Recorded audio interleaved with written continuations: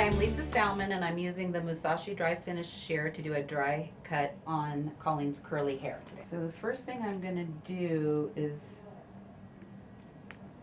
make my parting for the bottom section just to get her length trim out of the way. We're only going to be taking off ½ an inch of the perimeter, and we're going to do more on the interior.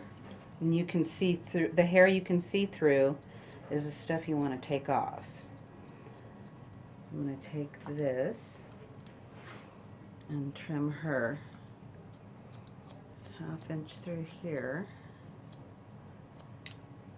and then go in and create some texture by point cutting with the back of that shear, and then go in and texturize with the back of the shear up and out where she needs some weight taken off, and then I'm going to go in and take that out. Look down through the occipital section, pull that out, take off my ½ inch, break up the sections.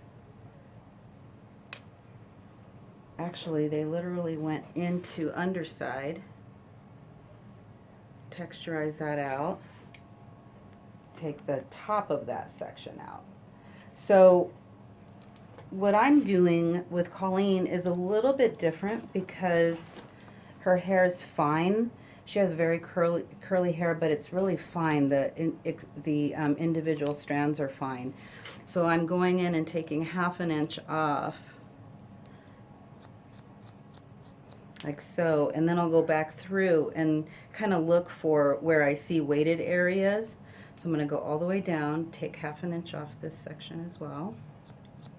This section I'm going to go ahead and trim my ½ inch off.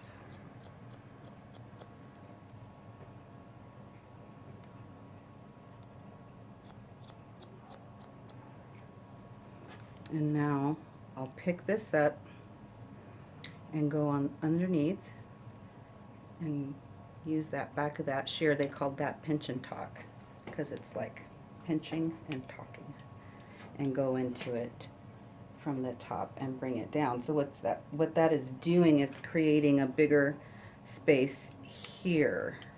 And dry cutting curly hair like this, the benefit to dry cutting instead of wet cutting is that you can actually see what's happening with the shape and with the curl as you're doing it.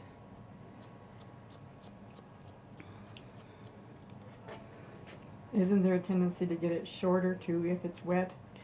There can be. I always err on the caution of safety, so I never, like if somebody tells me they want a ½ inch off, I'll start with a ¼ inch actually, especially with curly hair, because curly hair just wants to curl right up, you know. But you have a lot of fine curly hair, so your hair, you can do this kind of cutting on your hair every time. Sometimes you don't want to do interior texturization every single time. But see, you can see the difference from this side where I have even shape throughout versus this side where you have a lot of heaviness right here. Mm-hmm. So that's what we want. We want it to look, we don't want it to look mushroomy. We want it to look even. Mm-hmm. So I'm going to go back into that same section. Take out from underneath where I see a lot of weight and thickness, and then go into the section under that, and then pull through.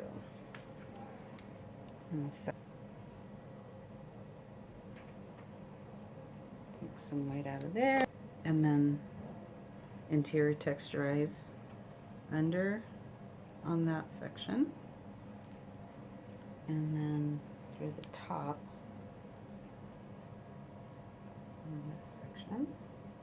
So working with a dry finish shear is important because it doesn't push the hair out of the way, and I can see what's happening as I work with this shear. I can see where my curl is, what it's going to do.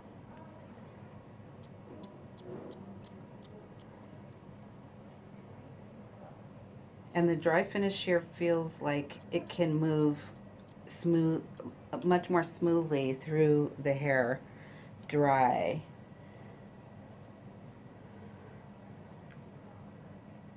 And you can use the back of that shear, which is really important. Because when you're dry cutting, you want to be able to just take off what you want to take off. You don't want to pull or shred for sure. You know, especially fine hair like Colleen's, you don't want to drag your blade across and shred it like as if it were a blade, a razor. So that would actually damage my hair, the ends of my hair then? Yes, that's why you want to do the pinch and talk technique with a dry finish shear like this, because you're not sliding against the cuticle layer and shredding it. Okay. You're actually going in and cutting, because I can feel it cut. I'm not feeling it, and that's why you're not feeling it scrape, right? Yeah, You're I don't feel anything.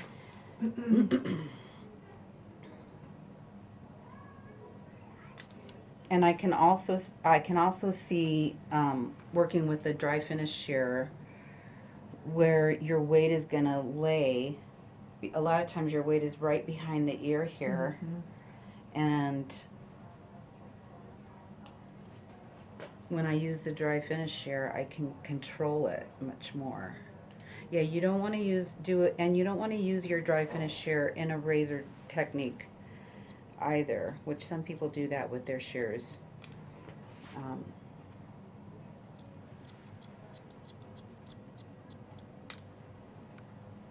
And I can see where her weight's lying. She's got a lot of it right here.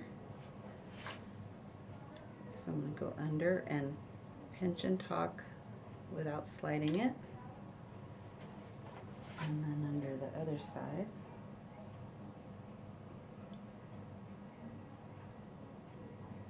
So with the pinch and tuck movement, you're barely wriggling the blades.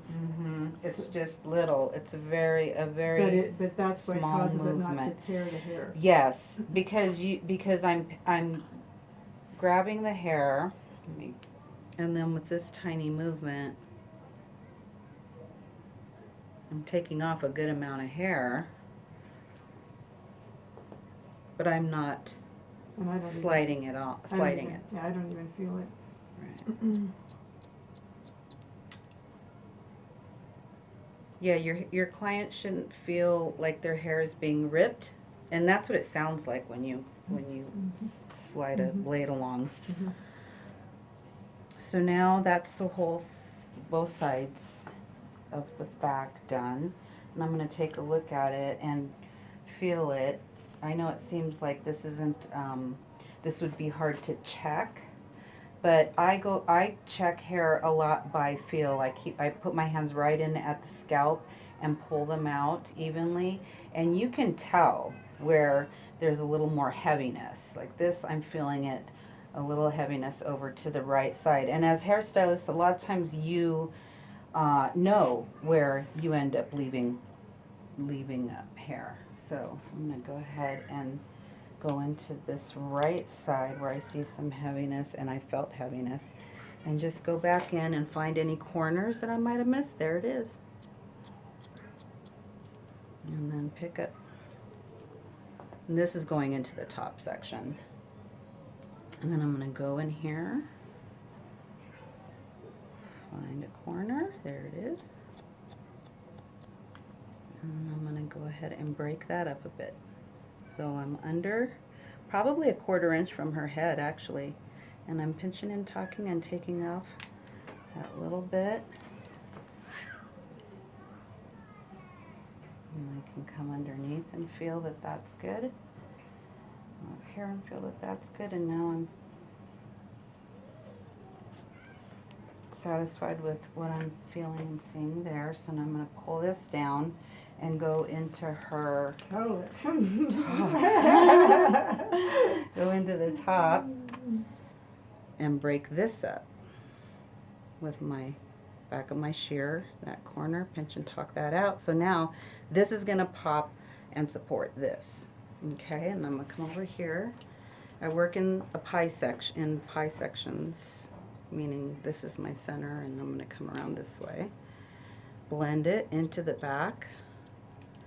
That same section, pick up, hold, and now I'm going to do this texturizing a little bit further away from the scalp because I don't want to have short hairs poking through my curl. Okay, at this point, I'm going to go ahead and take her center section right here, or center parting, bring it down right up to where her hair wants to fall forward, because that's going to be her fringe, or her bang. So right here I'm going to connect what I just did in the crown to the front.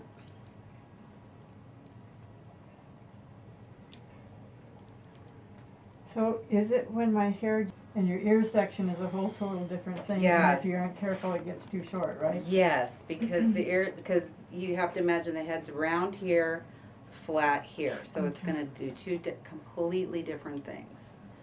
Now your bangs are long for you right now? Yes, they are. Okay. I don't like them real short, but But you don't need them to be really no, long. I don't want them in my eyes. Right. So what I'm going to do here is I just pick up and see where her recession starts. And I can pull down, and then I'm just going to point cut into that.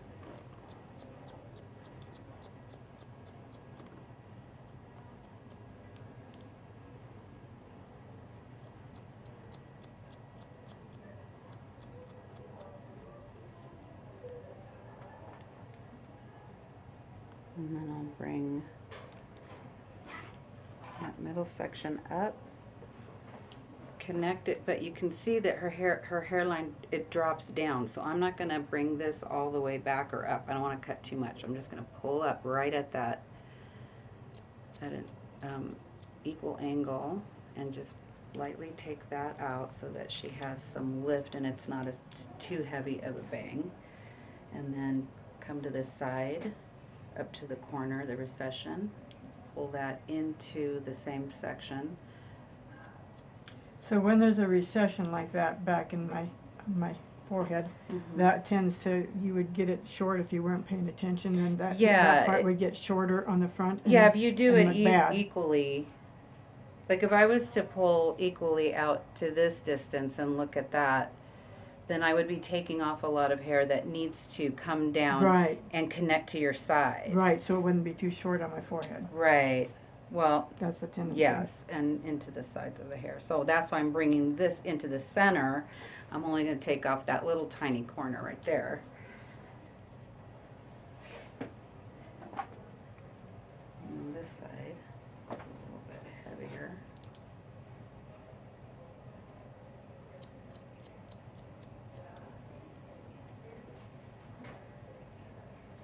And then at this point, I'm going to take the hair from this side, pulling down just the perimeter,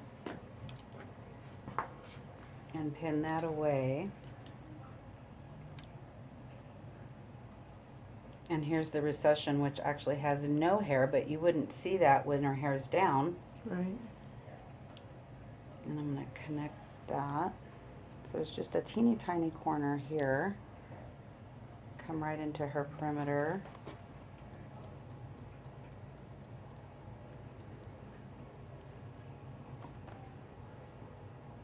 Remembering the whole time that we're only taking at most half an inch off the length.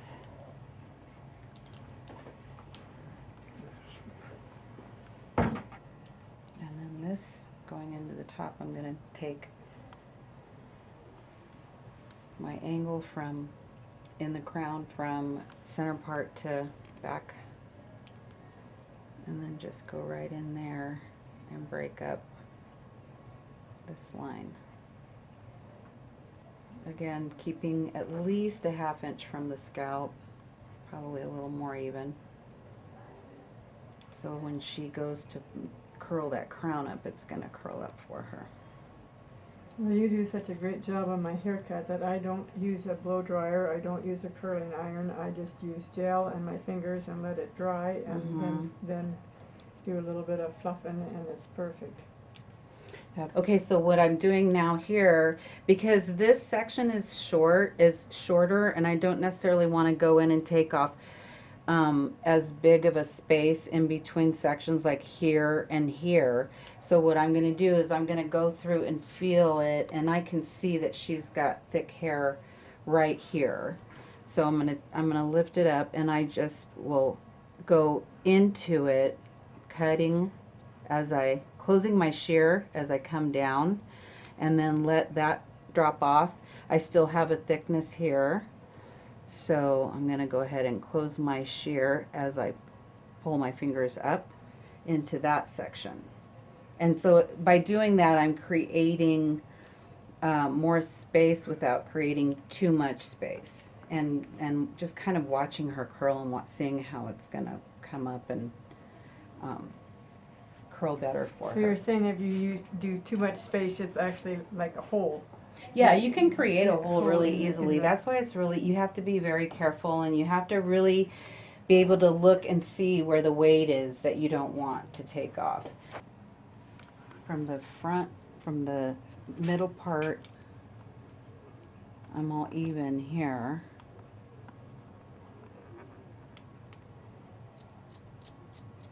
I'm going to break this up by going into my section with my shears as I pull my fingers up, kind of work into the ends. You can, but I prefer doing this dry. I prefer doing interior texturization dry, even on long straight hair that's down to here. Because that's how you read the hair better. If you do it wet, then you run the risk of cutting too much hair off. You know, when the hair is wet, as you know, it's okay to do it as it's dry. The hair is drying, and you know, a lot of times we'll get to the point where the hair is already kind of a little bit dry and the curl is starting to bounce up. So that's an ideal time too, actually. Because you can see how it's going to spring up and coil. See, now you can see how I'm just kind of going through and texturizing with my, without my, you know, middle sections. I'm going to go through and look for some thicker parts. Again, taking that out because I don't want to do too much of the occipital or of the interior. And I see, I don't know, I think it's probably good. At this point, I wouldn't want to take any more off. But one thing I do notice, like when I'm doing some haircut on a new client, is people don't oftentimes check front to back that your sections are connecting or are even. So always kind of take a section right in the middle of the head, and where my front section and my back sections are, and I look for any kind of a corner like that may be a disconnect from one side, from the front to the back. And we don't really have that here. But I am feeling and seeing a little bit of a thickness that wants to lay back here. There's always what I call eye of the storm, that your swirl will bring hair and it'll make it land right here above the ear, and then you have stuff coming here that creates this real thickness and heaviness on people a lot of times right behind their ear. And also if the client wants to tuck their but some do, so, and they want to do this and then they get a lump right here, so so you want to make sure that you're not taking too much off, because this is a tricky part because you have your ear and you don't want to. So you could end up having a hole. Yeah, like if I was to come here and take and cut this section because it blends with, see this, because and make it the same length as this, then what I would end up with is up and down. Like you would end up with like a separation right here. So you don't want that to happen. That's why it's so important, especially with curly hair, to to even towel dry a lot. and make sure you're not taking too much out. Now this is where we want to blend from front to back on that perimeter. Well, and part of the issue with the ear too is it doesn't, I mean, it sticks out from your head because it's, Right, it's know, pushing the hair out. Yeah. Yeah. Okay, now I'm going to bring her facing this way so that I can, actually I'm going to turn her up over this way for you so you can see. So I'm going to check this side. I'm going to take it from about middle, about eye section, or eye, and connect my front to my back, looking for any corners that might make a, It's amazing, my head feels lighter. yeah, and even just dry with no product or not wet. See how much of a more of a, it's a continual shape Yes, instead of flat hair and wide hair. Right. Yeah, and then once we shampoo and you get your product in there, you're gonna see a big difference. How does that feel to you? Did you feel like does the top feel short enough? Do you feel like you need? Does that feel like we have enough? We've taken enough out? I think so. Generally, I your think curly so. hair clients, they can tell by putting their hands through their hair what a difference it will feel like. Yeah. Yeah, that's incredible. Isn't that great? It is. Yeah. It's incredible. Yay! And then we kept your length Yes. because you don't want to lose your length.